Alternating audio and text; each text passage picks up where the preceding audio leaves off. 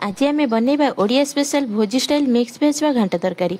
Mix भेज बा घांट तरकारी आपण मैंने बहुत थर घरे बनईथिबे, किंतु थरे मो स्टाइल रे बनईकी देखंतु आ घरे बसी भोजी तरकारी खाइबार मजा नियंतु।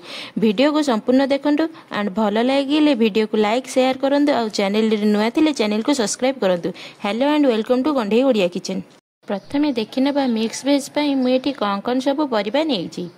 मुझे गोटे बैगण नहीं, गोटे कदली को काटिकी हलदी पानी रे धोईकी रखी, गोटे गाजर को यहीपरी भाव में बड़ बड़ पीसेस रे काटी रखी, दुईटी पोटल नहीं, आउ किछि बीन्स आउ झुडुंग को बड़ बड़ साइज रे काटी रखी, आउ दुईटी सजना छुई नहीं जहाँ मु चोपा छड़े काटी रखी।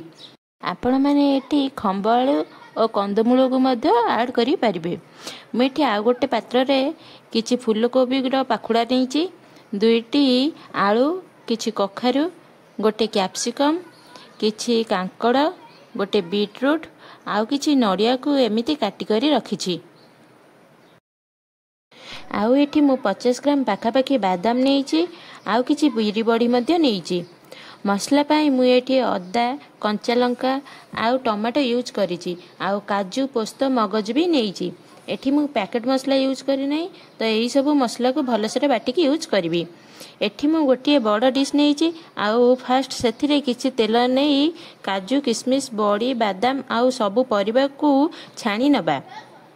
एठी मु सबू परिबा को हल्का गोल्डन कलर करी छाणी नहीं, आउ काजू, मगज, पोस्तर पेस्ट को मध्य बाटी नहीं, आउ अदा, टमाटो, कंचा लंका आउ गोटा मसला को मध्य भल भाव में ग्राइंडिंग करी रखिछि। चलतु आम यही सेम डिश रे मिक्स भेज का मसला प्रस्तुत करवा। मसला को ऐड करने पर आम यहाँ 5 ରୁ 10 मिनट जाए कषा।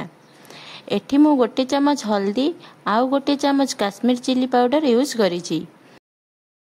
एबे आम मसला को भलसे गोलई नबा आउ 5 मिनट जाए कषा। मु एबे एठी बटा होई रखिथिबा काजू, मगज, पोस्तर पेस्ट को ऐड करूछि। काजू मगजर पेस्ट ऐड कला परे यह आम आहरी 5 मिनट कंटिन्यूअसली जाकि गोलाइबा।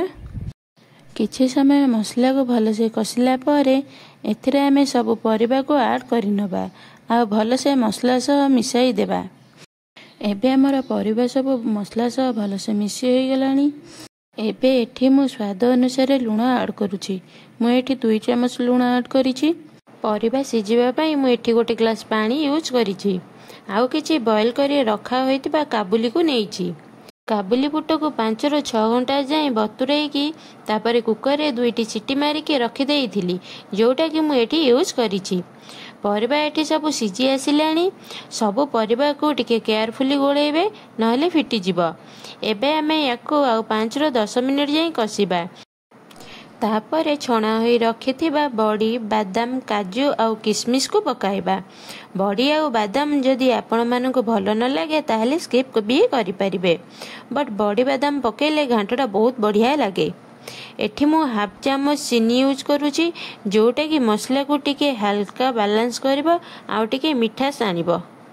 देखंतु एठी हमर घांट तरकारी पूरा रेडी हो गलानी, आउ आलू भी परफेक्ट सिजी आसिलानी। एबे आमे एथिरे गरम मसला पकाइबा आ भलसे गोळेकी गरमा गरम सर्व करिबा मिक्स भेज बा घांट तरकारी।